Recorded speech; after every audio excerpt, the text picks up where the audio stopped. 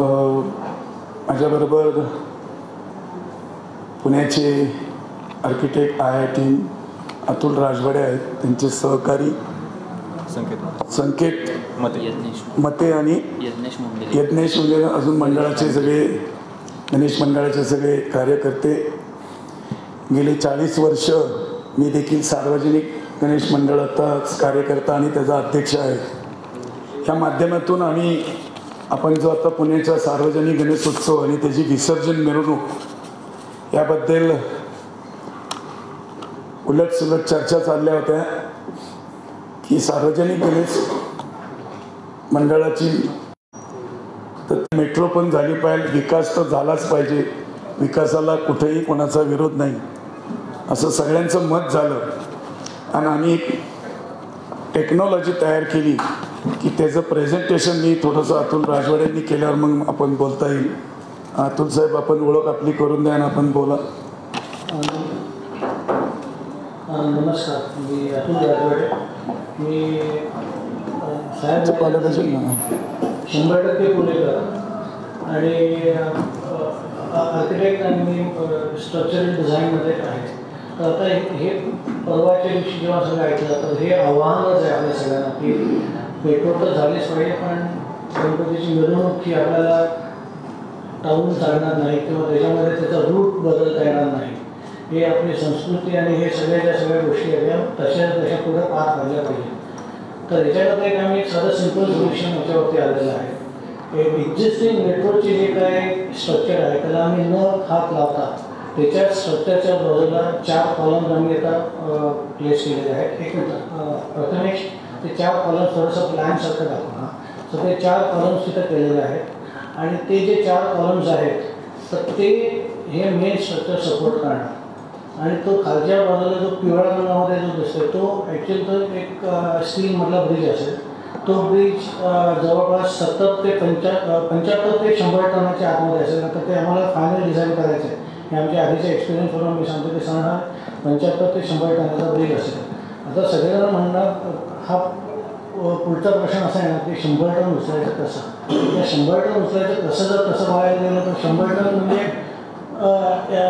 100 म्हणजे हे particular load उचलण्याकरता आपल्याला काउंटरवेट द्यावे लागते. ते जे काउंटरवेट्स आहे ते 25 हजार लिटरच्या अशा 4 टाक्या असतील आणि त्या 4 टाक्या वरच्या बाजूला आहेत. प्रथमे दाखवतात 4 टाक्या आणि त्या टाक्या जेव्हा पाण्याने भरतील आणि ते पाण्याने भरल्यानंतर ते खालती आल्या की ते जशा खालती येतील तसा हा जो ब्रिज आहे हा वरती सरकेल आणि तो त्या गाईड रेल्समधून वरती सरकेल की ज्याच्यामुळे आपल्याला आता एकूण 40 फूट जागा तिथून आपल्याला खालून मिळू शकते. प्रथमेश साईडला खालचा व्ह्यू दाखव, थोडा जवळ येऊन. आधीचा जर आपण व्ह्यू पाहिला आता आपला गणपती म्हणजे आपण पानाचे 5 गणपती त्यातला तुळशीबाग हा आपल्या पानाचा गणपतीतला आहे. आपण त्याची उंची 16 फूट आहे, 14 फूट आहे. आपण जर आता समोर बसतो तर ते तुळशीबागवाल्या गणपतीचा आपण फोटो आहे आणि त्याच्यावर तुम्हाला ट्रक दिसतो. ट्रकची साधारण हाईट जी असते तीच आहे. ट्रकवर गणपती ठेवता येत नाही कारण प्लास्टर ऑफ पॅरिसचा असतो, म्हणून असं खड्डा बसला तर त्याला काहीतरी होऊ शकतं, म्हणून त्याला पाट आपण टाकतो. तो पाट नॉर्मल खूप मोठा नाही, तो 1 फुटाचा 10 इंचाचा 1.5 फुटाचा जो पाट आहे तो पाट आहे. त्याच्यावर गणपती ठेवला आणि कुठलंही डेकोरेशन नाही केलं तरी आपण पाहिलं असत तर गणपतीचा वरचा जो मुकुटाचा भाग आहे तो जाऊ शकत नाही. त्याला बॅक आणि दोन्ही दाखव जरा. आणि हे इतकं साधं लॉजिक आहे की आपण बाकीचे जर गणपती मंडळाचे जर सगळे देखावे वगैरे किंवा त्यांचे जे तर ते अजूनही उंच आहेत. सगळे 40 फुटाच्या आतमध्ये सगळे ते मावतात आणि ही पर्टिक्युलर सिस्टीम ज्याच्यामुळे तुम्ही हा ब्रिज वरती उचलला या काउंटरवेट्सनी की ते सहज बाकीचे सगळे ते जाऊ शकतात. आता ह्याच्यातली बेस्ट पार्ट म्हणजे कसं आहे की जसं जसं तुम्ही त्या 4 काउंटरवेट टाक्यांमध्ये पाणी भराल ते पाणी भरले की ते टाक्या खालते येतील आणि ते टाक्या खालते आले की तो ब्रिज वरती उचलला जाईल. टेक्नॉलॉजीचं नाव सांगा. हां, आता ही साधी सिंपल काउंटरवेट टेक्नॉलॉजी आहे. त्याच्यामध्ये असं रॉकेट सायन्स नाही आहे. आता ह्याच्यातली दुसरी अजून एक चांगली गोष्ट म्हणजे कुठलंही मोटराईज अशी काही गोष्ट नाही किंवा गिअरलेस मोटर्स किंवा अशा high cost maintenance heavy duty maintenance असलेल्या गोष्टी पण नाही की जे तुम्हाला एक वर्षातून एकदा जरी चालवायचं असले तरी तुम्हाला एकदा वारंवार मेंटेनन्स करावा लागेल अशातली कुठलीच गोष्ट नाही. त्यामुळे ही साधी सिंपल सोपी टेक्नॉलॉजी आहे. 25,000 लिटरच्या 4 टाक्या भरायच्या, ते टाक्यात मिरवणूक झाली की त्या टाक्यातलं पाणी काढायचं, ते जे पाणी आहे ते नदीच्या पात्रामध्ये वाहून जाईल. इतकं साधं सोपं गणित आहे ते. आणि हे आम्ही 100% गॅरंटी देऊन सांगतो की हे आपण करू शकतो. त्यात काहीच न चुकण्याचं काहीच नाही. पुण्याचा विकास झाला पाहिजे पण परंपराही जपली गेली पाहिजे. आमची भूमिका पुण्याच्या विकासाला विरोधात नाही आहे हे स्पष्ट इथे करत आहोत. परवाही मेट्रोकडनं एक न्यूज लागली की गणपती झाल्यानंतर हे पसरणार आहे म्हणजे पूल लावणार आहे. पण आम्ही मेट्रोच्या अधिकाऱ्यांची चर्चा केली तर ते म्हणजे आमच्याकडनं ही अशी कुठली बातमी गेलेली नाहीये. तर याच्यामध्ये तुम्ही पण कन्फर्म करू शकता मेट्रो अधिकाऱ्यांकडून की ही बातमी लागली कशी गेली. पुण्याचा विकास झाला पाहिजे हा पहिली भूमिका म्हणजे आता आपल्याला राजवाडे साहेब तुम्हाला प्रश्न विचारतील ते सगळे, परंतु आपल्याला ही सिंपल टेक्नॉलॉजी याला खर्च सुद्धा खूप नाही. 8 ते 10 कोटी रुपये याला खर्च आहे.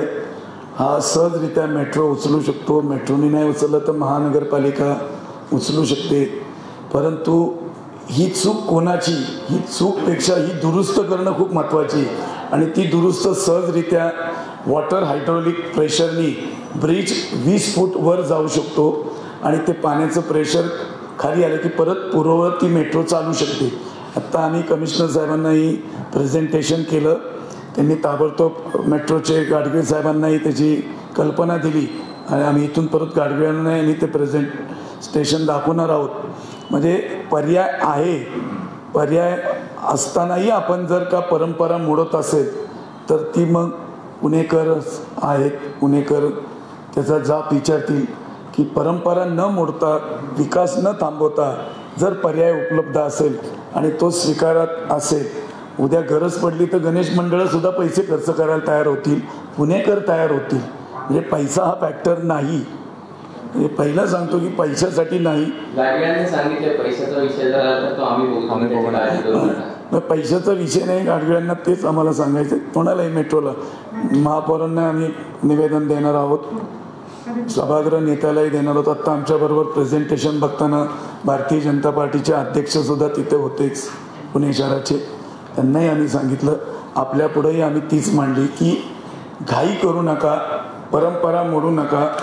विकास झालाच पाहिजे पण विकास होताना परंपरा मोडू नका आणि यासाठी वेगवेगळे उपाय आहेत. पुणेकर सुज्ञ आहेत. पुणेकरामध्ये अनेक टेक्नॉलॉजी आहेत. राजवाडे साहेबांनी डिझायनिंग त्यांची मोठी फर्म आहे, कंपनी. त्यांनी मोठमोठे ब्रिजेस वगैरे केलेले आहेत आणि त्यांच्या टीमनी आत्ता 4 दिवसामध्ये हे वर्कआउट केले आणि त्या 4 दिवसाच्या वर्कआउटमध्ये 100% कन्फर्म आहेत ते की होऊ शकतं. याला 100 वर्ष झाले तरी काही होणार नाही. जोपर्यंत मेट्रो राहील तोपर्यंत हा ब्रिज असाच राहील आणि त्याला काही होणार नाही याची खात्री ते देणार. आम्ही प्रस्ताव दिल्यानंतर मेट्रोने त्यांच्या इंजिनिअरिंगकडून तपासून घ्यावं. परंतु घाई गडबडीत कुठला तरी निर्णय रातोरात मागच्या वेळेला घेतला तसा घेऊ नये अशी आपल्या माध्यमातून मेट्रो आदरणीय पालकमंत्री असतील अजितदादा पवार त्यांनाही आम्ही निवेदन देणार आहोत. आदरणीय मुख्यमंत्री महाराष्ट्र राज्याचे उद्धवजी ठाकरेंना पण आम्ही निवेदन देणार आहोत. आम्ही काँग्रेसचे अध्यक्ष असतील, नाना पटोले असतील, पृथ्वीराजजी चव्हाण असतील, बाळासाहेब थोरात असतील, यांनासुद्धा आम्ही निवेदन देणार आहोत. आणि याच्यामध्ये कुठलाही राजकारणाचा भाग नाही. ही पुणेकरांची परंपरा खंडित न करता पर्याय उपलब्ध होत असेल तर तो करावा हीच आमची विनंती. अशा प्रकारचा देशात कुठे आहे का सध्या? अशा प्रकारचा ब्रिज देशामध्ये ब्रिज आहे पण वॉटर म्हणजे पाण्याची टाकी वापरून त्याचा काउंटरवेट तयार करायचा आणि ते अशी ही लिफ्टिंग मेकॅनिझम कुठं नाही का?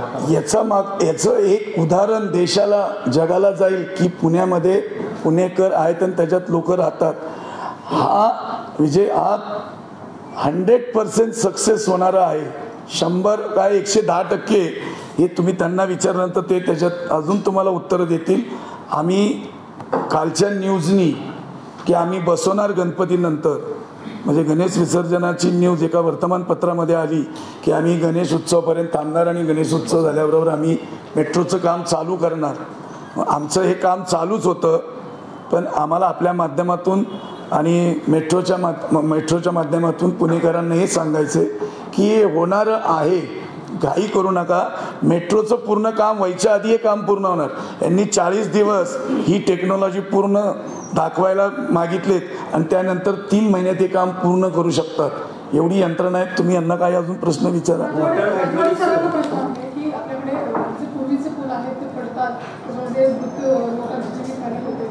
ह्या पुलाची सिक्युरिटीसाठीचं काय, म्हणजे ठीक आहे आपल्याकडे असा एक हाय टेक्नॉलॉजीने पूल बनणार वगैरे, पण पुढे भविष्यामध्ये तो लोकांसाठी घातक ठरेल असं याच्यासाठीचं काही सिक्युरिटी टर्म्स आहेत का? स्टील स्ट्रक्चर जे आहे ते फेल का होतं तर त्याचं कोरोजन होतं. कोरोजन म्हणजे ते गंजतं थोडक्यात. पण हल्ली आता आपल्याकडे अशा टेक्नॉलॉजीज आहेत, साध्या सिम्पल टेक्नॉलॉजीज, ज्याला मेटल स्प्रेइंग म्हणतात. मेटल स्प्रे म्हणजे एक मोल्टन मेटल आपण झिंक, ॲल्युमिनियम हे आपण स्टीलवरती स्प्रे केलं ते त्याचं एक कवच तयार होतं आणि ते कोरोजन थांबवतं. एकदा कोरोजन थांबलं की ब्रिज हा सडणार नाही, सडला नाही तर तो पडणार नाही. लाईफ टाईम तर इथं तर 25 वर्ष तर कुठंच काही की नॅशनल हायवेच्या नॉर्मप्रमाणे आम्ही मेट्रो करतोय, तर त्यावर तुमचा काय आक्षेप आहे? आमचं नॅशनल हायवेच्या नॉर्म्सप्रमाणे करतात, परंतु प्रत्येक शहराची वेगवेगळी नॉर्म्स असतात. त्याला 19 पासून पाठपुरावाही काही मंडळांनी केला आहे, परंतु त्याला आपण म्हणजे असं मांडलं न मांडल्यासारखं करत आपण पुढं गेलो आणि आज त्या वेळेवर येऊन टपलो की जे होऊ शकतं आत्ता होऊ शकत नाही असं नाही. ही जी पुण्यामध्ये एक रेप्युटेड कंपनी, एक आर्किटेक्ट जेव्हा जबाबदारीने सांगतात की म्हणजे आत्ता कमिशनर साहेब आर्किटेक्ट असल्यामुळे त्यांनासुद्धा ही टेक्नॉलॉजी 99% पटली. पण ते म्हणले मेट्रोचा सुद्धा आपल्याला त्या इंजिनिअरिंग डिपार्टमेंटचा से घ्यावा लागेल. तर आमची कोणाचीच काही हरकत नाही. आमचं म्हणणं आहे की घाईघाई करू नका. शेवटी झालंय, हे नाही झालं तर आपण जे आहे ते करणारच आहोत. मेट्रोचा आराखडा मंजूर होताना सत्ताधारी म्हणून तुम्ही सभागृह होता, त्यावेळेसच अशा प्रकारचं नियोजन केलं असतं तर असं काही आंदोलन करण्याची वेळ आली. अतिशय तुम्ही सुंदर प्रश्न विचारला आहे. आता त्याच्यात जायचं नव्हतं. पुणे शहरातली मेट्रो ह्या DP प्रमाणे कुठेही नाही. परत सांगतो, पुणे शहरातली मेट्रो जो मुख्य सभाने DP मंजूर केला त्याप्रमाणे कुठेही नाही. आत्ता जी कर्वे रोडची मेट्रो आहे ती नदीपात्रात, आजही मेट्रो नदीपात्रात नाही DP मध्ये. हा रूट त्यांनी परस्पर बदलला आहे. अनेक ठिकाणी त्यांनी स्टेशन परस्पर बदललेत. त्याचा एकही प्लॅन महापालिकेत सँक्शन नाही.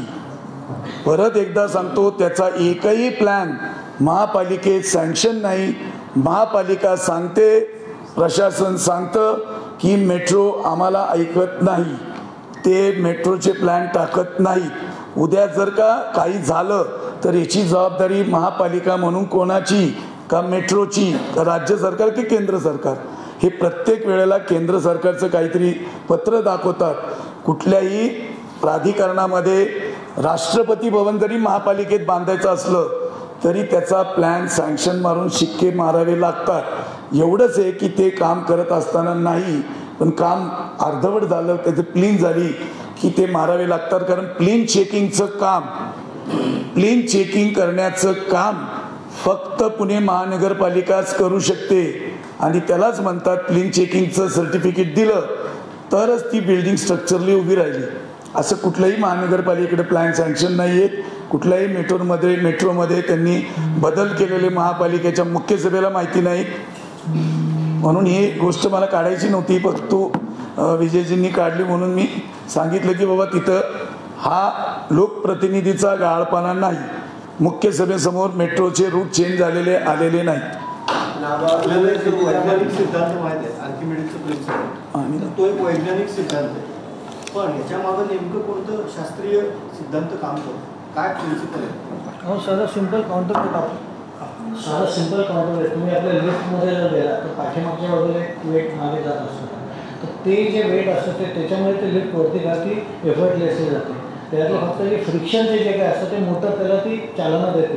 जर ते मागचं जर काउंटरवेट नसलं असतं तर त्या मोटरवरती हेवी वजन आलं असतं.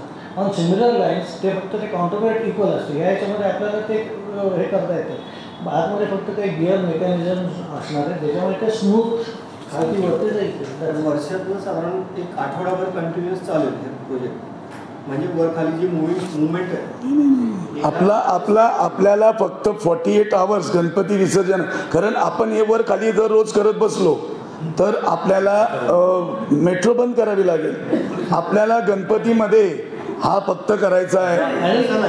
आणि म्हणूनच मी ही सिंपल टेक्निकचा विचार केला का, तर परत कुठले तरी गिअरलेस मोटर सिस्टम जाणार, गिअर त्याचा मेंटेनन्स आला जर मेंटेनन्स वेळ नाही झाला तर आपण बटन दाबायचं आणि ते तिथंच राहायचं ब्रिज, अशा गोष्टी नाही होणार. तसं नाही, मुव्हिंग पार्ट्स आहेतच, म्हणजे त्यांचा मेंटेनन्स आहेच. हो, इट्स कंपॅरेटिव्हली फार कमी. नाही, मेंटेनन्स पार्ट त्याच्या टाकीच्या आतमध्ये जे गेअर आहेत ते स्टेनलेस स्टील वेगवेगळे मटेरियलचे आहेत, त्याला मेंटेनन्स काहीच नसणार आहे. विसर्जनाच्या दिवशी मेट्रो बंद साहजिक आहे, ऑब्विसली मेट्रो बंद राहणार. म्हणजे पुणे शहराची नाही, आणि तो त्या दिवशी गर्दीच्या जात असली तरी ते त्या ठिकाणी जिथून मुख्य विसर्जन मिरवणूक आहे त्या ठिकाणीचे मेट्रो बंद असणार. बाकी आउटसाईडला मग चालू असतील का नाही. जर का मागच्या वर्षी परवानगी असते, या वर्षी असते, तर तो मुद्दा गणपती मंडळाचा तिथे समोरच आला असता.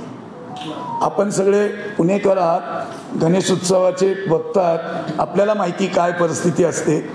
कारण आपल्यासारखे सगळे गणेश उत्सवात काम केलेले आपण कार्यकर्ते आहोत.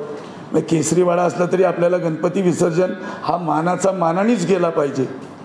तिथं चालतच नाही काही. म्हणजे सगळ्या मानाच्या गणपतींना मान मिळाला पाहिजे. सगळ्या गणपतींचा मान असतो. आणि लकडी पुलावरून अलका चौकातून जाणं हा एक मान असतो. अनेक वेळा आपल्या टिळक रोडचे अलका टाकीतून डाव्या साईडला वळवले, काही इकडून वळवले, कितीतरी आपल्याला समंजस मंडळांशी करावं लागलं. किती वर्ष गेले ते वळवता. म्हणजे लक्ष्मी रोडनीच मग आम्ही जाणार. आम्हाला टिळक रोडचा जर पुलावरून जात नसेल तर लक्ष्मी रोडनीच जायचा हट्ट करत होते. पण काळांतरात आपण बाबा गणपतींची संख्या वाढत चालली, लोकसंख्या विलंब होत चालला, म्हणून आपण मंडळांनी सामंजस्यपणाने घेतलेला तो निर्णय. आता तुम्ही एक मुख्य रस्ता तो पण बंद करणार असाल तर मग सार्वजनिक गणेश उत्सव बंद केला तर काय, असं गाडगड्यांचं वाक्य होतं. काय फरक पडतोय 2 वर्ष नाही केला, यापुढे नाही केलं तर काय होईल.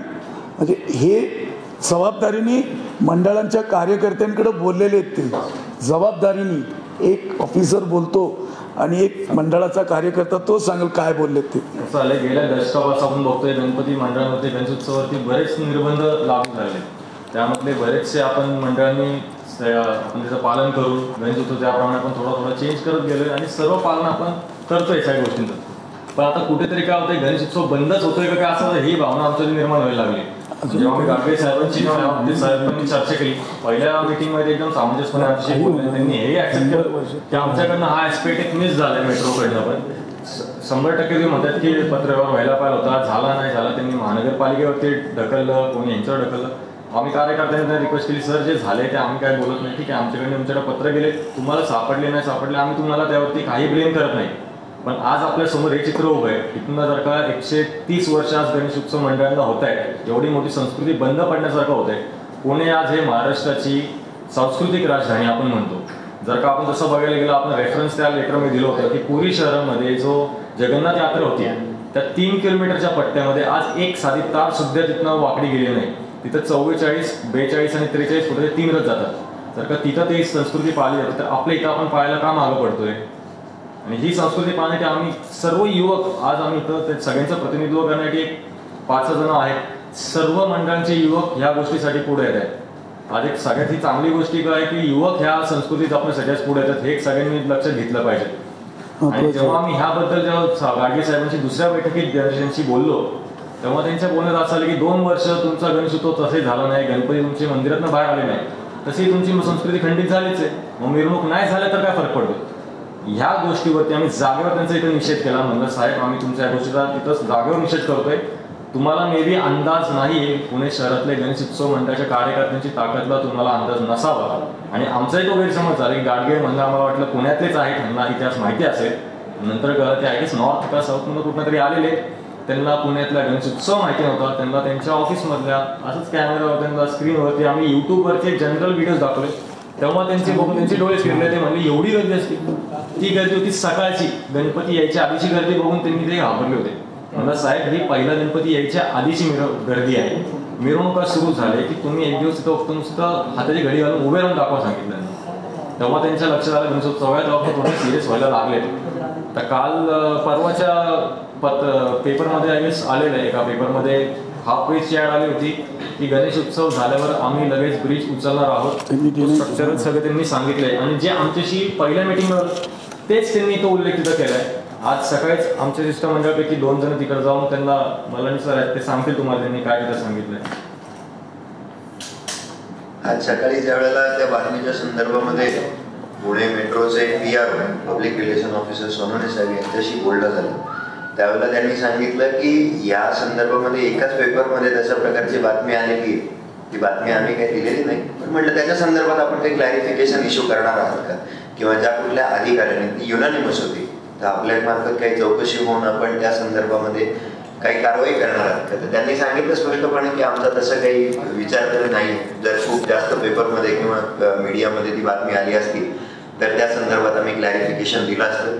सो या संदर्भात एक पत्र आम्ही गाडगे साहेबांच्या नावाने दिलं, पुणे मेट्रोचे चीफ एक्झिक्युटिव्ह इंजिनियर आहे, त्यांनी या गोष्टीचं समर्थन केलं की ही बातमी जी काही आहे ती खोटी आहे. या संदर्भातलं कोणताही वक्तव्य मेट्रोच्या कोणत्याही अधिकाऱ्यांनी केलेलं नाही, मेट्रोचा असा कोणताही विचार नाही आणि या संदर्भातलं क्लॅरिफिकेशन येत्या काही दिवसांमध्ये आज किंवा उद्यामध्ये फार मेट्रोकडून दिलं जाईल. आणि त्यांनी जी गोष्ट याआधी सन्माननीय महापौरांनी सभागृहामध्ये ज्यावेळेला हा GP मध्ये विषय झाला आणि तेव्हा सांगितलेलं की जोपर्यंत याच्यावर सर्वमान्य तोडगा निघत नाही तोपर्यंत त्या पुलाचं काम होणार नाही, तर तशाच पद्धतीनं जोपर्यंत त्याच्यावर तोडगा निघत नाही तोपर्यंत मेट्रोकडून कोणत्याही प्रकारची कारवाई लकडी पुलाच्या त्या ओव्हरब्रिजच्या संदर्भामध्ये केली जाणार नाही.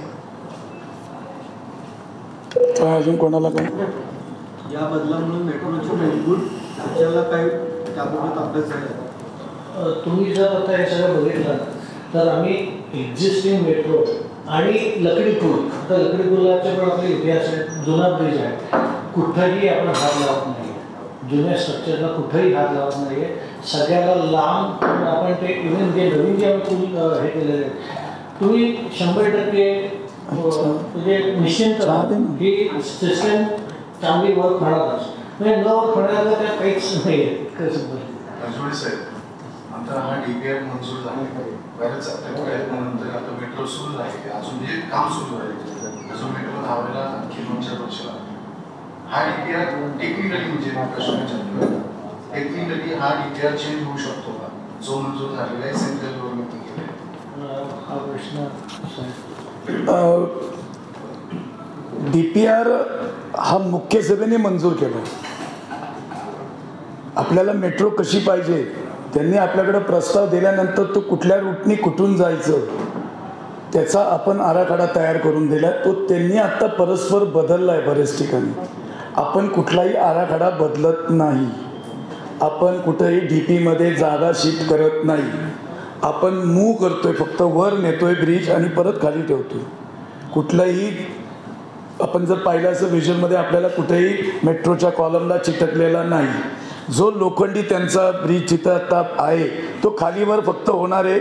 तोच जर बदल करायचा असेल तर ते टेक्निकली सक्सेस होणार आहे का? आता अख्खा DP बोला.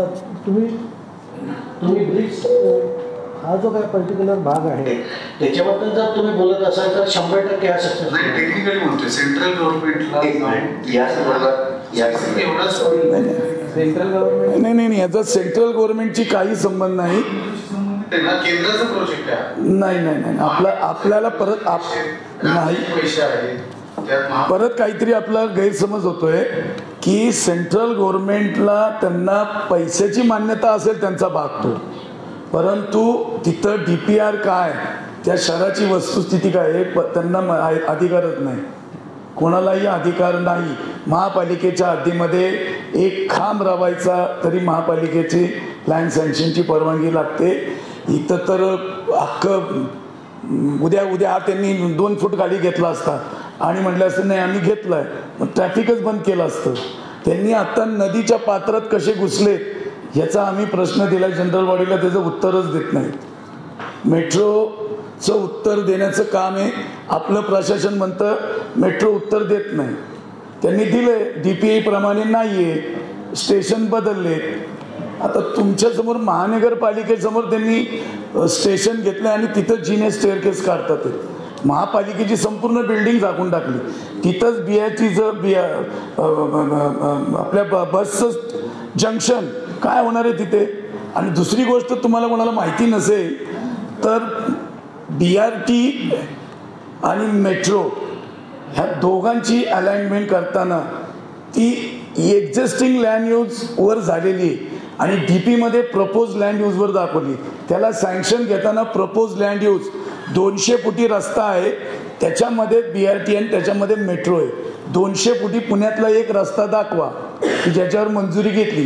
केंद्र सरकार, राज्य सरकार आणि पुणेकरांची पूर्ण फसवणूक आहे. कारण प्रपोज लँडवर मंजूर आहे, कधीही 40 फुटावर 80 फुटावर तुम्हाला मेट्रो देणार नाही. रस्त्याची वीट 200 फुटी दाखवली. हे कुणी कमिशनरांना विचारा, मेट्रोला विचार, तुम्ही तो प्रश्नच विचारत नाही की याची मंजुरी किती फुटी रस्त्यावर आहे. हा एक प्रश्न कुठल्याही मेट्रोला विचारा की आपल्या समोरची किती फुटेच्या रस्त्यावर आहे आणि जागेवर किती फुटी रस्ता आहे. ह्यांनी ब्लॉक करून टाकले सगळे रस्ते. खडकीमधून मेट्रो पुढे जाऊ शकत नाही, बोपडीमधून खडकीमधून का जात नाही, तिथं बंद पडले. काय रिझन आहे विचारलं का? परत डिफेन्सच म्हणजे विचार करा, म्हणजे त्यांनी एवढं मोठं प्रोजेक्ट चालू केलं, निगडीवरून आणलं आणि इथं आल्यानंतर म्हणतात आम्ही डिफेन्सची मान्यता नाही घेतली. मी टेक्निकली विचारतोय की DPR जो सँक्शन झालाय फायनल सेंट्रलला तो बदलू शकतो का? एवढंच फक्त मी राजवाडे साहेब बदलू शकतो. त्यांना त्यातलं काय, ते म्हणतील पॉलिटिकल निर्णय. हा पॉलिटिकल निर्णय आहे. DPR कसला DPR म्हणजे काय असतो? नाही, DPR म्हणजे काय? DP वेगळा आणि DPR वेगळा. DPR म्हणजे आपण केलेली कॉस्ट, आपण डे टू डे वापरणारं मटेरियल. विकास आराखडा बदलायचा अधिकार पुणे महानगरपालिकेचा आहे, याच्यामध्ये कुठेही विकास आराखडा बदलला जात नाही.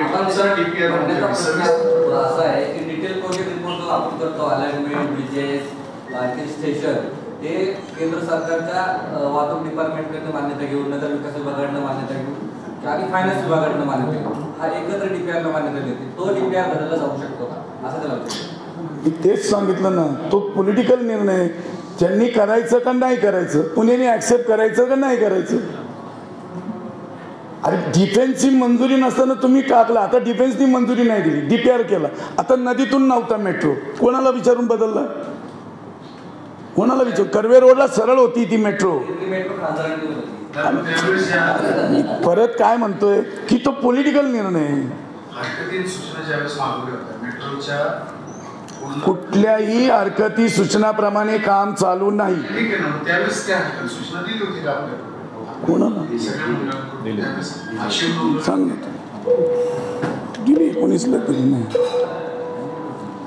जेव्हा सार्वजनिक गणेश उत्सव मंडळ हे टेक्निकल लोक नाही, पॉलिटिकल लोक, टेक्निकल लोक नाही. ऐका एक मिनिट, टेक्निकल नाही आहे. जेव्हा लक्षात आलं की दोन्ही ब्रिजून आलं, 19ला हरकत नोंदवली, 19, 20, 21, 2 वर्ष 1.5 वर्ष कोरोनाचा काळ, पत्र दिलीत, माउथ टू माउथ कोणाची चर्चा नाही. आणि जेव्हा अंतिम टप्प्यात आल्यावर कळलं की हे इथून प्रॅक्टिकली जाऊच शकत नाही गणेश उत्सव, तेव्हा त्याच्यावर स्ट्रॉंग हरकत घेतली.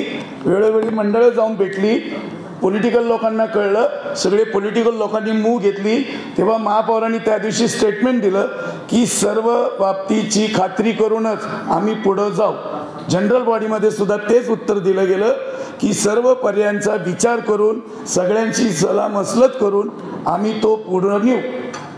महापौर हे गणेश मंडळाचे कार्यकर्ते आहेत प्रथम, हे त्याच दिवशी त्यांनी सांगितले. तुमचा जो प्रश्न आहे डीपीआरचा तो तुम्ही त्यांनाही विचारू शकता, त्यांच्या अखत्यारीत ते मान्य करून घेतील हे आम्हाला गणेश मंडळाच्या कार्यकर्त्यांना ही खात्री आहे. अरे इकडे दे ना मला सगळ्यांना. हा इथे बघतो मी सारखं चहा दे म्हणतो. घ्या तुम्ही. मला कुठलाही टेक्नॉलॉजी 100% प्रूफ नसते. आता ही टेक्नॉलॉजी त्याला प्रेक्षण आहे, तर याला आपण फेल्युअर ऑफ प्लॅनिंग असं म्हणता येईल. ही technology failure of planning in totality metro बद्दल नाही. मला त्याच्यात जायचं नाही. ऍक्च्युली मी राजीवडे साहेबांना त्या विषयात जायचं नाहीये. त्या विषयात तुम्ही मेट्रोच्या फेल्युअरचं बघा. आम्हाला आमच्या मिरवणुका आणि आपली परंपराही जपली पाहिजे, विकासही झाला पाहिजे, हाच विषय फक्त. म्हणून आज राजीवडे साहेब आमच्या सोबत बसलेले. साहेब तुम्ही नाही जाते, पण पैसा जो लागतो तो टॅक्सचा पैसा लागतो लोकांना. नाही, तुम्हाला आता पुणे शहराच्या अख्ख्या मेट्रोबद्दल बोलायचंय, देशातल्या मेट्रोबद्दल बोलायचं की ह्या पुलाबद्दल बोलायचंय. त्यांना ते पुलाबद्दल ठाम आहेत. आता आम्ही जे करतोय ते ती टेक्नॉलॉजी त्यांनी केलेली ती फेल होणार नाही असं ते त्यांचं 100% मत आहे. उद्या भूकंप झाला एवढ्या मोठ्या स्केलला तर मेट्रो राहील का पूल राहील हे कोणी सांगणार आहे? आता ही जी काय सिस्टम बोलतील ते अरे तुम्ही त्यांना त्यांच्या टेक्नॉलॉजीतले प्रश्न किती विचारता? काय म्हटलं नाही. हे बघा, हे जे काय स्ट्रक्चर जे डिझाईन करणार आहे आता त्याचा पूर्ण आता अनालिसिस होईल. हे आपले जे सगळे बायलॉज जे आहेत किंवा बिल्डिंग कोड ह्याच्याप्रमाणे, त्यामुळे पुणे हे जे काय झोन 3 मध्ये पडतं, सेस्मिक झोन 3 मध्ये, त्या ह्याच्याप्रमाणे ते डिझाईन केलं जाईल. त्याच्याकरता जी आता जर टेक्निकल डिटेलमध्ये जायचं झालं तर हा जेव्हा पूल तुम्हाला दिसतो, हा खालती गेल्यानंतर त्याच्यावरून दिवसातून 100 वेळा मेट्रो जाईल. त्याच्याकरता ते डिझाईन असणार आहे. नंतर ते जेव्हा वरती उचललं जाईल आणि ते असताना जर जोरात वारा आला ते वाऱ्याचे व्हायब्रेशन्स काय असतील त्याच्याकरता ते सगळे डिझाईन केलं जाईल. सो जे काय नोन फोर्सेस आहेत त्याच्याकरता ते डेफिनेटली डिझाईन केलं जाईल. आता ह्याच्यावरती मी म्हटलं एखादा मेटीवरून आपटला तर त्याच्याकरता नाही डिझाईन केलेलं आहे. नाही, उद्या जे होणार आहे उद्या ते सगळ्या मेट्रोला होणार आहे. उद्या एवढ्या मोठ्या 10.5 स्केलचा जर भूकंप आला तर त्याला मेट्रोचा अन्य ब्रिज तरी राहतील का ते कोणी सांगू शकत नाही. त्या स्केलला डिझाईन केलेले असतात ते.